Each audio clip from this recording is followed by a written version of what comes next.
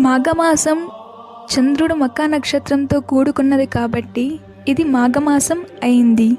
ఉత్తరాయణంలో వచ్చే ఈ మాసం శ్రీ మహావిష్ణువుకి చాలా ప్రీతిపాత్రమైనది. ఈ మాఘమాసం నెల రోజులు నియమానుసారంగా మాఘస్నానం చేస్తే వారి వారి కోరికలు తప్పక నెరవేరుతాయని అని పద్మపురాణంలో ఉత్తరాఖండలో పేర్కొనబడింది. మాఘమాసంలో రవి మకర మాసంలో ఉండే సమయం.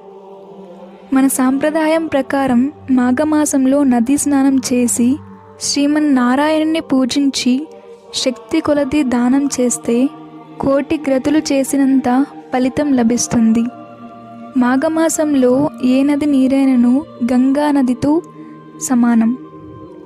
పాపరాహిత్యం కోసం నదీ స్నానం చేయడం మాఘమాస సాంప్రదాయం. పవిత్ర నదుల్లో అంటే గంగా, యమున, గోదావరి, కృష్ణ, తుంగభద్ర వంటి నదుల్లో నదీ స్నానం చేయడం ప్రత్యేకంగా చెప్పుకోవచ్చు.